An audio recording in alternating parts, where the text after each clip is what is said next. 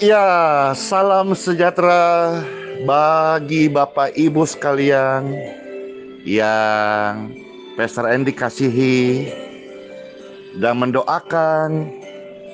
Bersyukur hari ini kita ada di awal bulan Juni, tepatnya hari Senin 1 Juni 2020.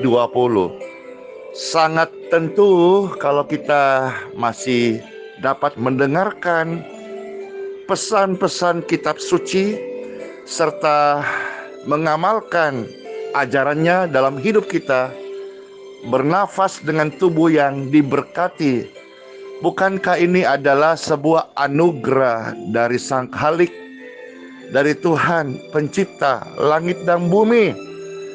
Senang dapat menjadi saluran berkat dan lewat grup IBM, baik WhatsApp maupun Telegram, serta yang di-share ke YouTube dan media sosial lain, ini sudah menjadi berkat untuk kota-kota, pedesaan sampai ke pedalaman-pedalaman, bahkan sampai bangsa-bangsa Nederland, Italia, Amerika, Belanda, dan banyak negara-negara yang lain, Sabah, Malaysia, Hong Kong, Taiwan, Zambia, Afrika. Puji syukur, glory to God. Kabar kesembuhan ini didengar oleh orang-orang banyak. Haleluya. Semalam juga Pastor kemalaman dan melayani keluarga-keluarga, dan salah satunya adalah bisa melihat orang-orang percaya dalam masa pandemik ini menuju pada reda dan clear. Mereka semua terpelihara dalam kasih Tuhan. Juga senang bisa melihat orang-orang yang sakit disembuhkan. Bukan hanya disembuhkan tubuhnya saja, tetapi jiwanya semakin disegarkan. Karena untuk itulah kita perlu percaya senantiasa kepada Tuhan yang membentuk buah pinggang kita, yang sudah menenung kita sejak dari dalam kandungan. Dia pribadi yang mengenal siapa kita sampai detail. Biarlah dalam kesempatan ini Bapak Ibu sekalian akan mendengar sabda firman Tuhan yang terambil dari kitab Mazmur pasal 1 ayat yang ketiga. Demikianlah sabda firman Tuhan yang menyegarkan setiap jiwa pendengar dimanapun berada.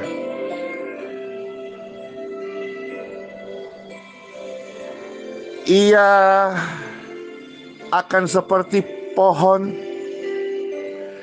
yang ditanam di tepi aliran air. Betapa indahnya kehidupan setiap pendengar yang hidup ada aliran damai sejahtera di hatinya, ada aliran sukacita, ada aliran pertobatan, ada aliran air hidup, ada cahaya kebahagiaan, ada aliran kebenaran, aliran pengampunan,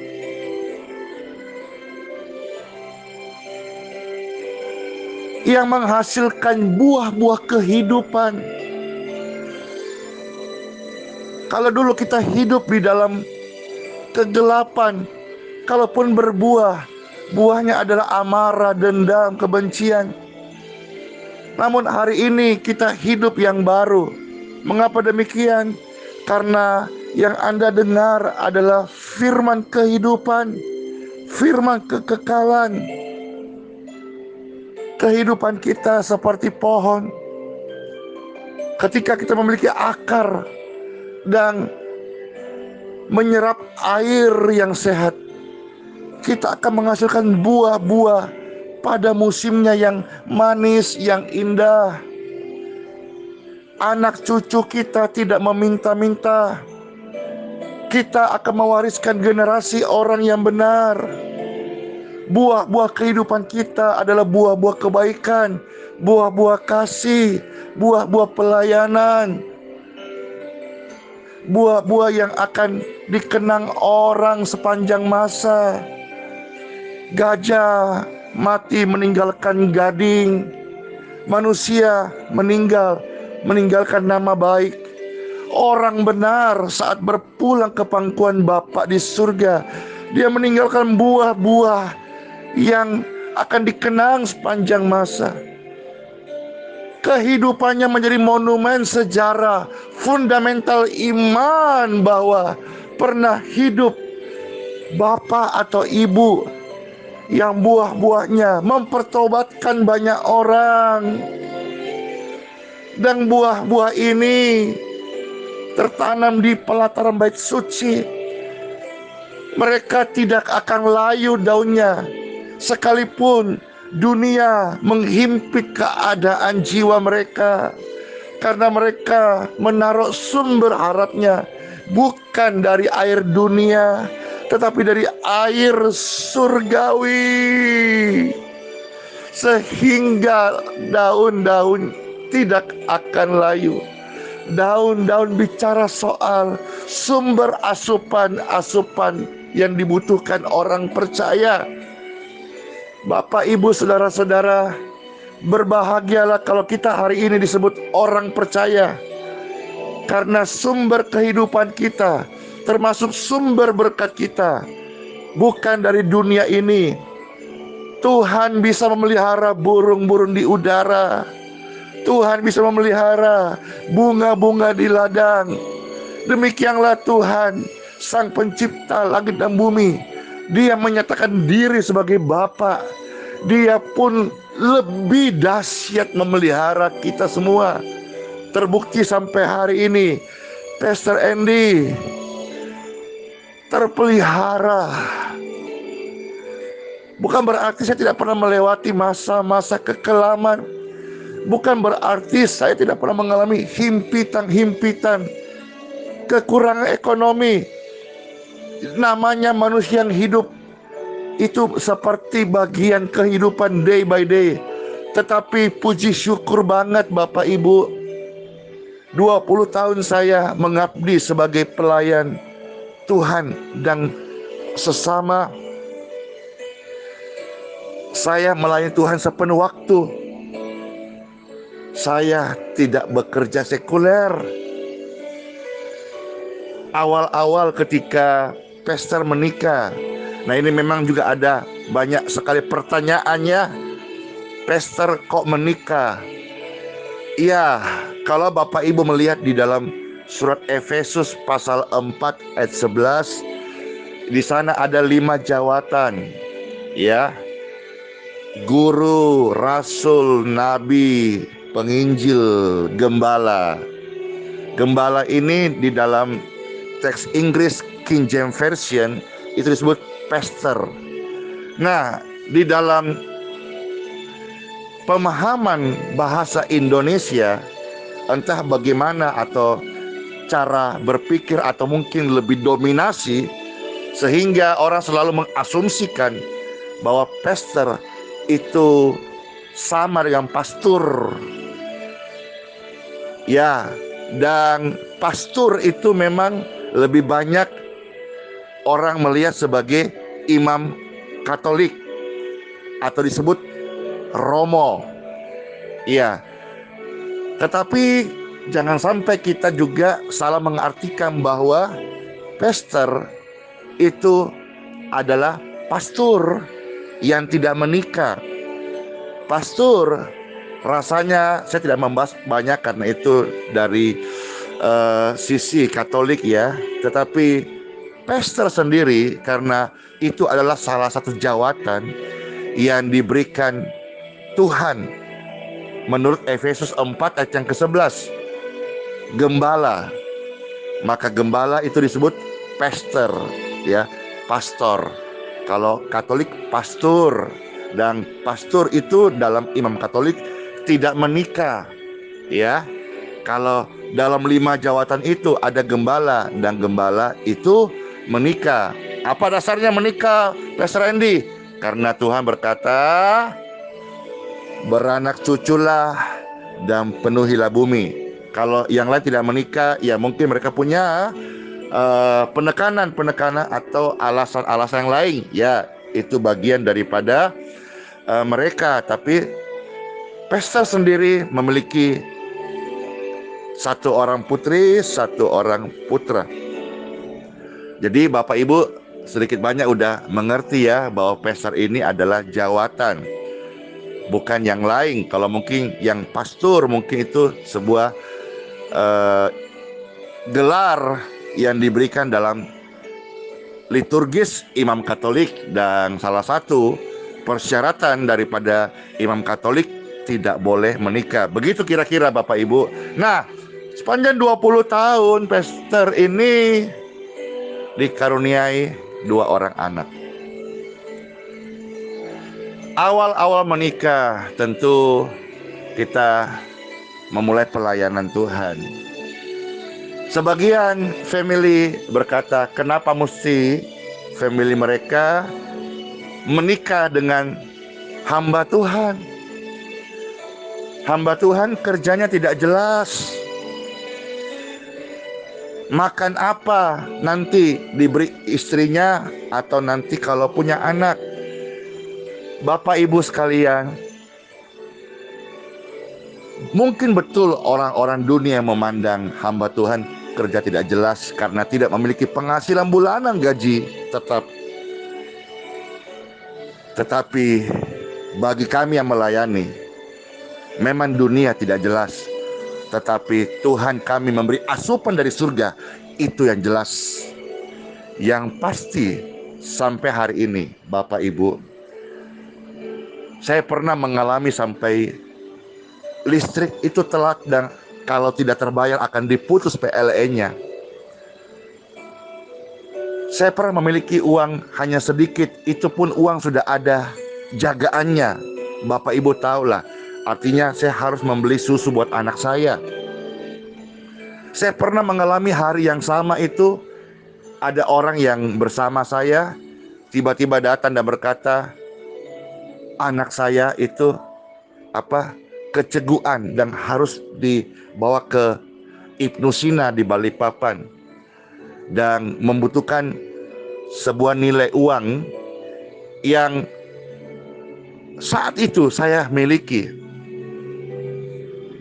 Di hari yang sama saya harus membayar tagihan PLN, dan juga susu buat anak sudah harus terbeli.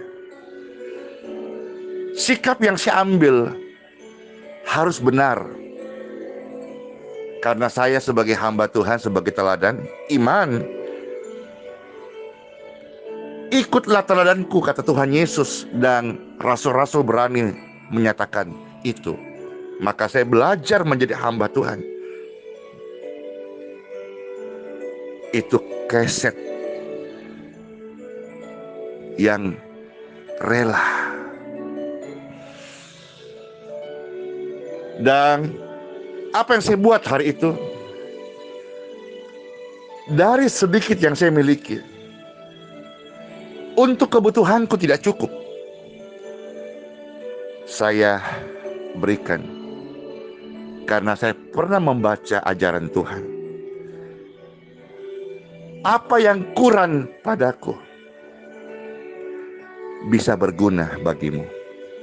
Saya berikan di hari itu waktu siang. Bapak Ibu, firman Tuhan ini benar. Kalau kita tertanam, kita percaya kepada Tuhan, kita seperti di tepi aliran air surgawi. Air yang tidak pernah mengeluarkan kotoran, air yang tidak pernah kering, disebut air hidup. Bapak Ibu sekalian yang pastor kasihi, di hari itu air itu datang Karena sumberku bukan dari manusia, tapi dari Tuhan. Bagaimana caranya? Tuhan punya jutaan cara memberkati hamba-hambanya, anak-anaknya, iman-iman yang menaruh harap kepadanya.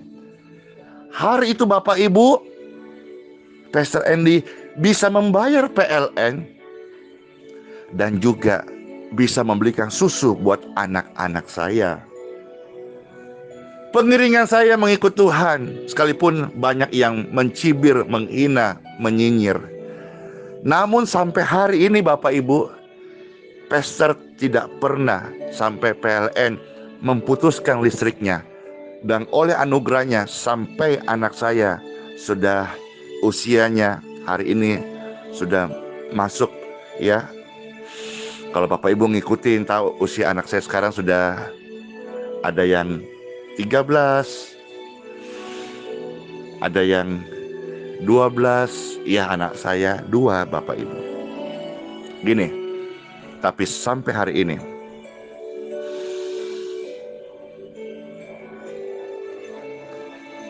kami belum pernah memberi makan batu kepada anak-anakku.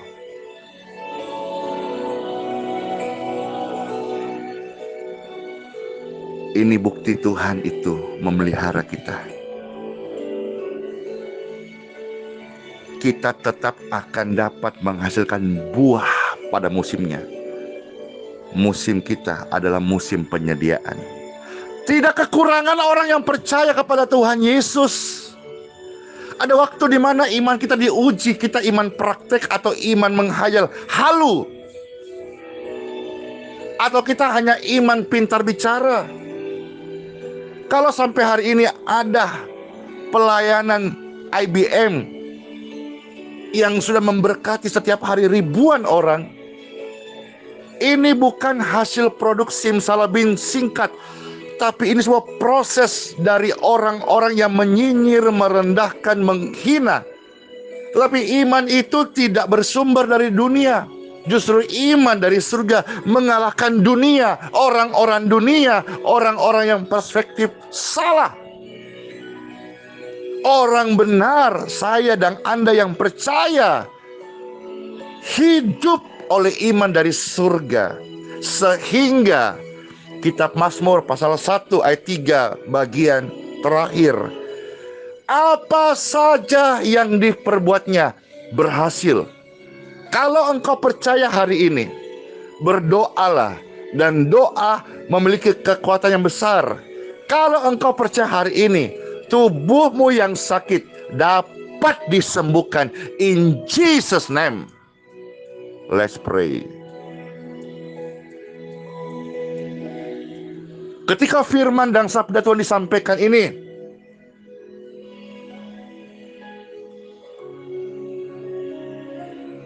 ada pertobatan, ada pengertian, ada teguran, dan ada kekuatan yang baru.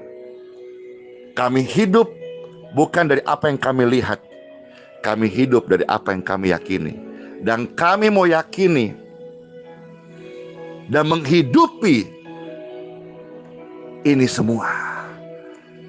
Kalau di antara pendengar ada yang gangguan pada darahnya, baik itu gula darah dan sakit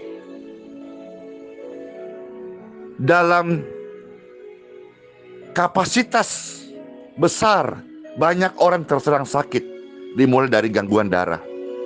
Maka ketika dokter ahli akan mencek detail kesehatan all fisik manusia, dia pasti suruh cek darah.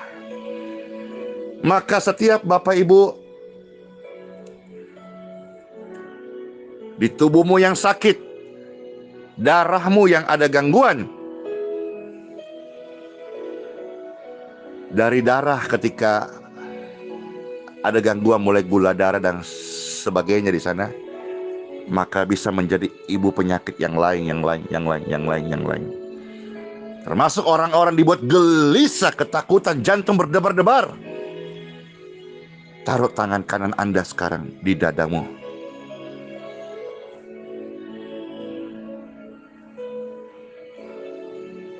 Sudah, waktu engkau angkat tangan dan taruh di dadamu sekarang. Pastor, angkat tangan, mohon berkat Tuhan, dan memberkati form-form doa yang sudah masuk sejak kemarin. Mengalir kuasa Roh Kudus.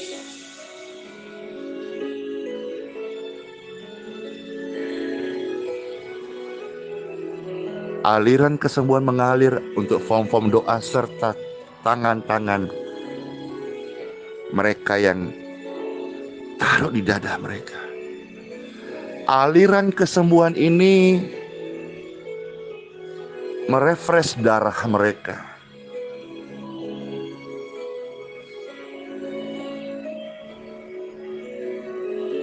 Aliran kesembuhan memenuhi jantung mereka.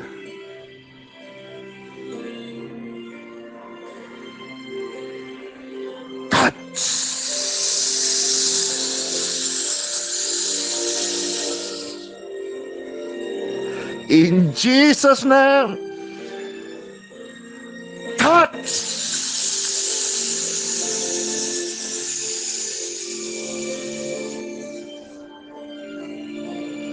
Di hidup kami hari ini, aliran kesembuhan menguasai tubuh kami. Pastor berdoa bagi ibu yang sakit. Terimalah kesembuhan abadi. Pastor berdoa bagi ayah yang sakit.